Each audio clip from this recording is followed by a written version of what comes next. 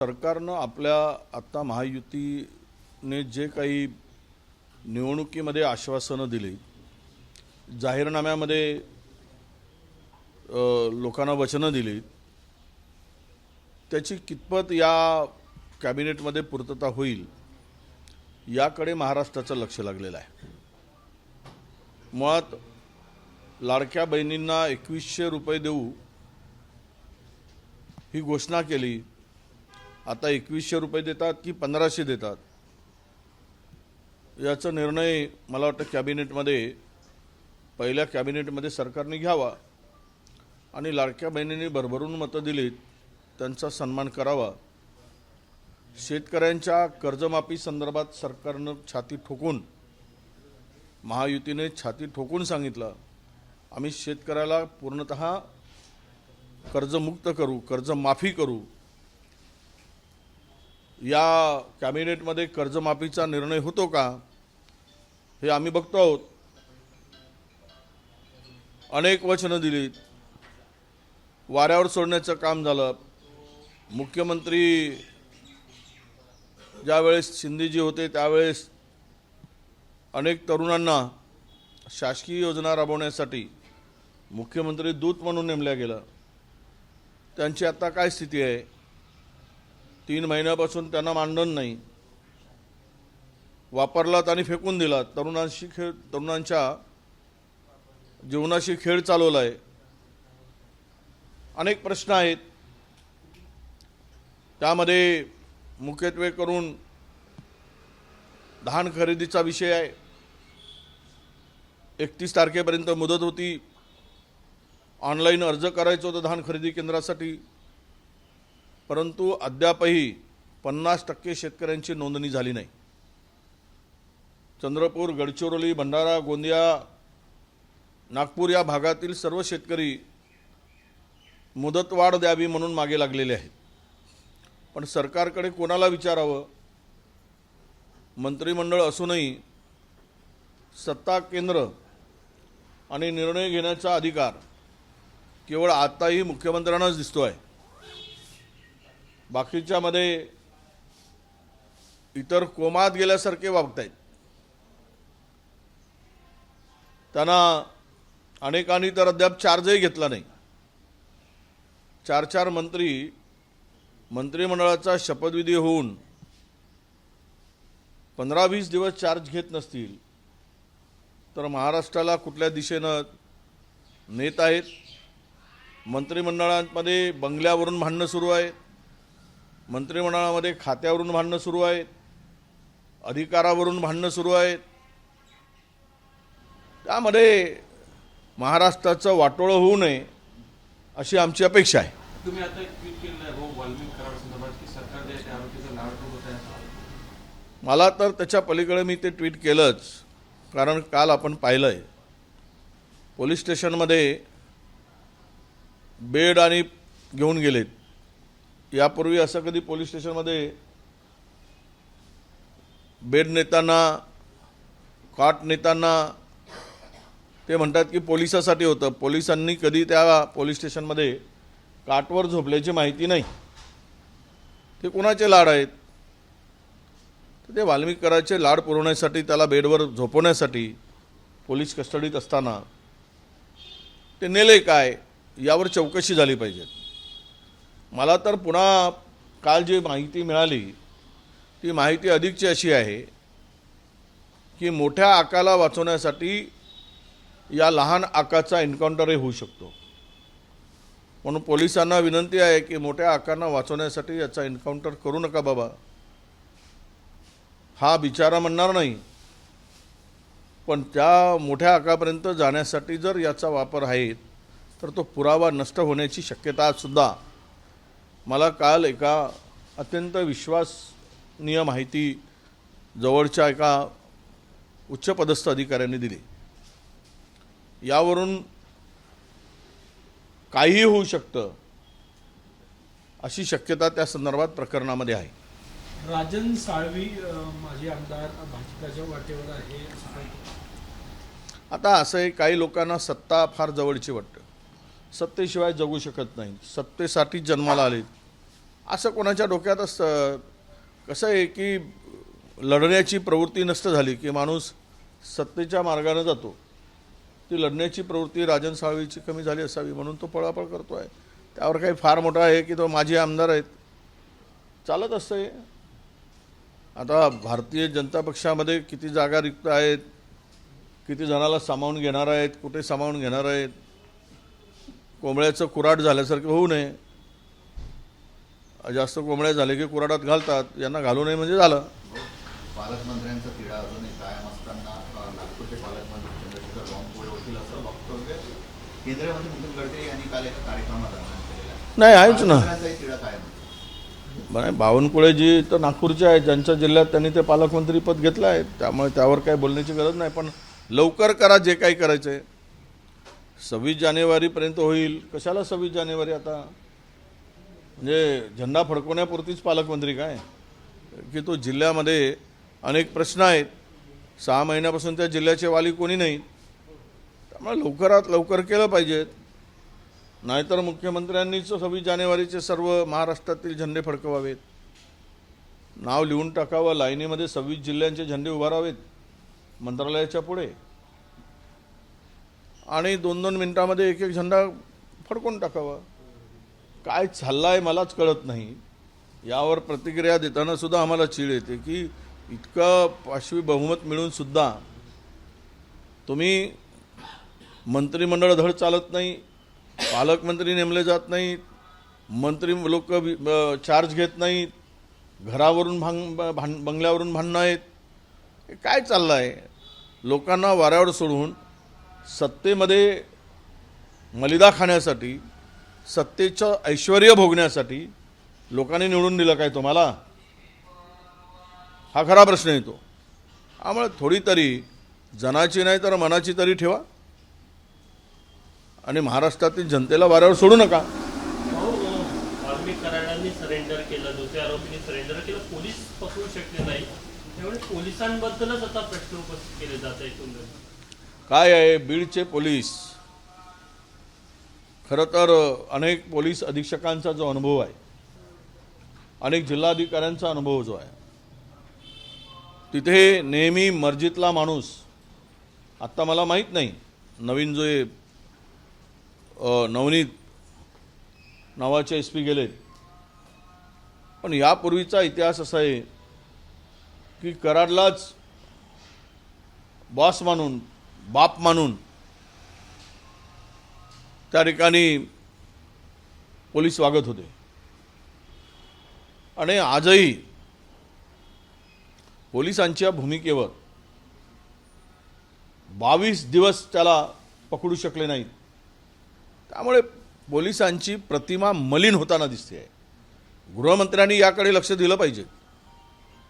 त्यांना कदाचित ही माहिती नसेल या राज्याच्या मुख्यमंत्री म्हणून, गृहमंत्री म्हणून, पण जी जनतेमध्ये चर्चा आहे त्याकडे जर लक्ष दिलं नाही तर पोलीस विभागांचा वाटोळा झाल्याशिवाय राहणार नाही अशी परिस्थिती आहे.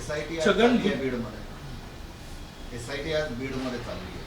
नाही, मला वाटतं की CIDचा तपास सुरू होता, आता SIT आणली. हा तपास भरकटण्यासाठी तर नसेल. SIT नेमायची तर पूर्वीच नेमायला पाहिजे होती. आता CID कडून SIT कडे जाईल किंवा SIT स्वतंत्र चौकशी करेल का, यातून चौकशीचा फारच ठरू नये.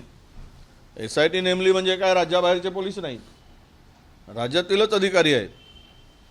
किंवा CID चांगलं काम करताय किंवा CIDने चांगलं काम केलं म्हणून यांना वाईट काम केलं म्हणून नेमलं का? हे चांगलं काम करतील म्हणून? तर हे सगळं काही जे आहे यावर आत्ता भाष्य करण्यापेक्षा आरोपीवर कशा प्रकारे चार्जशीट आणि त्याला कारवाई करतात आणि तो तपास 90 दिवसाच्या आत संपवून ती चार्जशीट या खून करणाऱ्यांच्या विरुद्ध गेली पाहिजेत, कोर्टात गेली पाहिजेत, तर आरोपीला प्रोटेक्शन मिळणार नाही. नाहीतर आरोपी बाहेर येईल, पुन्हा त्याचे उद्योगधंदे सुरू. राज्याच्या आत्ता जो कॅगचा रिपोर्ट आला 14 ते 19चा 96,000 कोटींच्या कामाचा हिशोबच लागत नाही आणि त्यातले कामं मराठवाड्यातील अधिक आहेत. त्याची जे काम पूर्ण झाल्यानंतर कंप्लीशन सर्टिफिकेट म्हणतो आम्ही, तीच मिळाली नाही. याचा अर्थ काम झालं की नाही, का बिलच काढले गेले त्यावेळेस. आणि मॅक्झिमम कामाची यादी आम्ही पाहिली तर ती मराठवाड्यातली आहे आणि विशेषतः ती यादी बीडमधली अधिक आहे. यावरून बीड किती संवेदनशील जिल्हा झालेला आहे याचं ते उत्तर आहे. काल हे अजित पवारांची आई विठ्ठलाकडे गेली हा, तर तेच. साकडं घातलं की शरद पवार आणि अजित पवारांनी एकत्र यावं. कुटुंबाने एकत्र यावं की नाही यावं, आता एकामेकाच्या विरुद्ध लढलेत. आता काही साकडे घालून एकत्र येण्याची त्यांची आई अजितदादांची जर मागणी करत असेल तर मला वाटतं की विठ्ठल बघेल. आपण सगळं विठ्ठलावर सोडून देऊ आपली प्रतिक्रिया देण्यापेक्षा. छगन भुजबळ विठ्ठलाच्या मनात काय आहे ते विठ्ठल ठरवेल. नरहरी सर, झिरवाळ सगळ्यात- यांनी तर म्हटलं की मी लोटांगण घालून शरद पवारांसोबत साकडे घालेल असे. आता लोटांगण घातले काय आणि अंगावर पेट्रोल टाकले काय, निर्णय दोन नेत्यांना घ्यायचा आहे. आता झिरवाळजी मंत्री झालेत, निर्णय योग्य होता मंत्रीपद मिळवण्यासाठी. इकडे राहिले असते तर मंत्री थोडी झाले असते. त्यांना साध्य करायचं ते केलेत. आता पुढचं साध्य करायसाठी लोटांगण घालतील.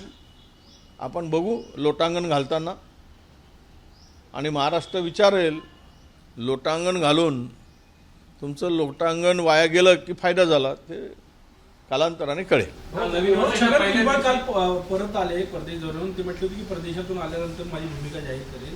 ते नाराज आहे अद्यापही, काय वाटतं? आता नाराजी व्यक्त करून काय पर्याय काय? भाजपकडे जाण्याचा एक पर्याय आहे, नाहीतर घरी बसण्याचा पर्याय आहे.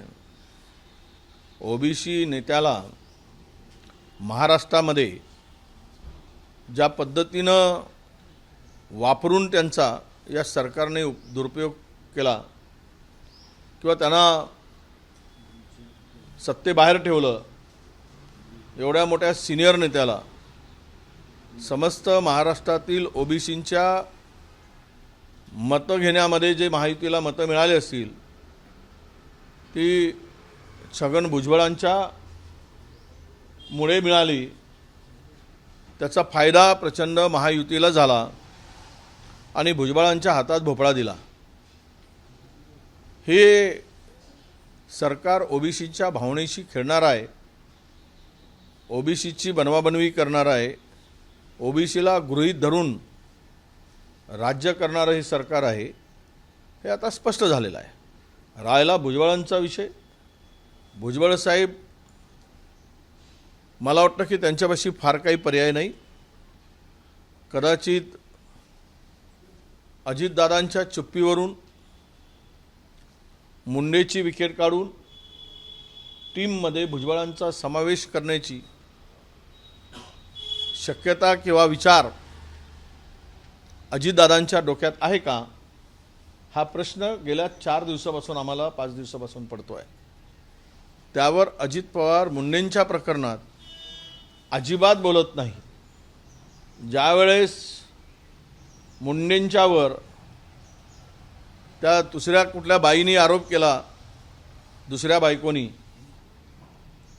ते नाव लिहिते त्यांचं, त्यावेळेस अशा प्रकरणामध्ये वैयक्तिक कोणी पडू नये असं म्हटलं गेलं. आरोप गंभीर होते. तो विवाह मुलांची नावं आहेत, त्यावर मी अधिक बोलणार नाही कारण विषय डायव्हर्ट होऊ नये म्हणून.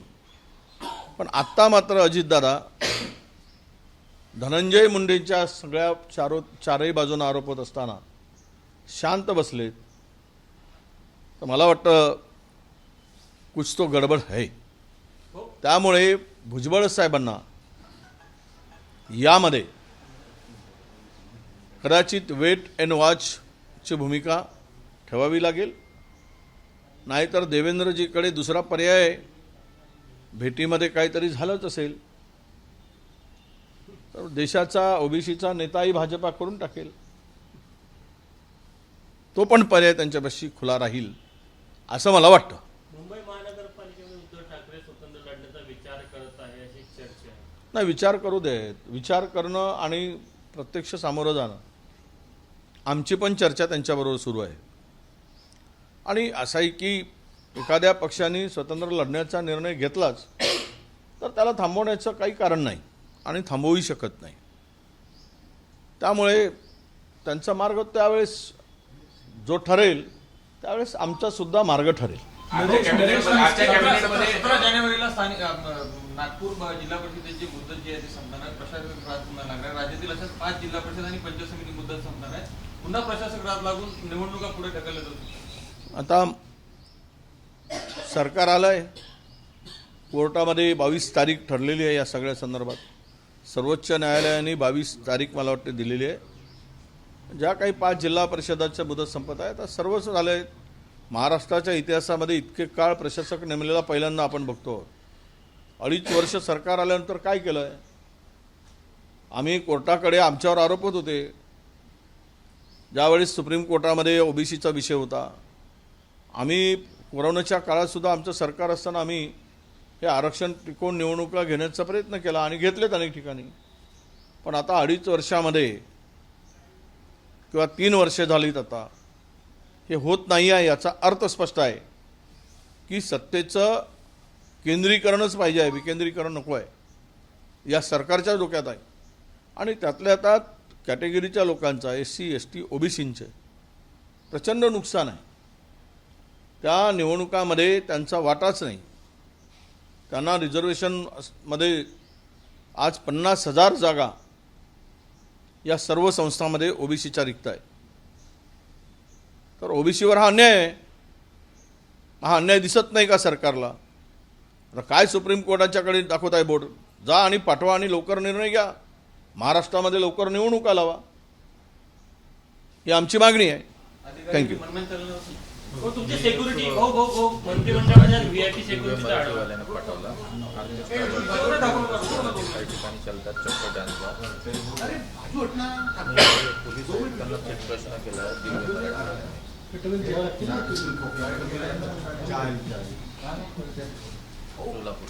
कुठलं त्यांचं वैयक्तिक स्टिंग आहे म्हणून विचारलं. व्हीआयपी सिक्युरिटीचा आढावा घेतला जाणार आहे. तुमची पण सिक्युरिटी कमी होण्याची शक्यता आहे. असं आहे, मला आढावा सरकार घेऊ देत. मी त्या संदर्भात आज काही बोलणार नाही. सरकारला जो निर्णय घ्यायचा आहे तो त्यांचा अधिकार आहे. त्यामुळे ठेवली काय नाही ठेवली काय आम्हाला काही फरक पडत नाही. एसटी महामंडळाचे आजच्या कॅबिनेटमध्ये एसटी महामंडळाचे जे आहे दरवाढ होण्याची शक्यता आहे. त्या निर्णय 15% जवळपास 15% नाही 50% वाढवा आणि घोटाळे करा. 2000 कोटीचा घोटाळा एसटी महामंडळात झालेला आहे. त्याची चौकशी सुरू आहे. हा फार मोठा घोटाळा आहे. एसटी तोट्यात असताना, संकटात असताना तिथून पैसे काढून खाणं, भ्रष्टाचार करणं, केवळ अधिकारी आणि कॉन्ट्रॅक्टर नाही, जे काही खात्याचे मंत्री किंवा संबंधित आहेत सर्व त्यामध्ये दोषी आहे.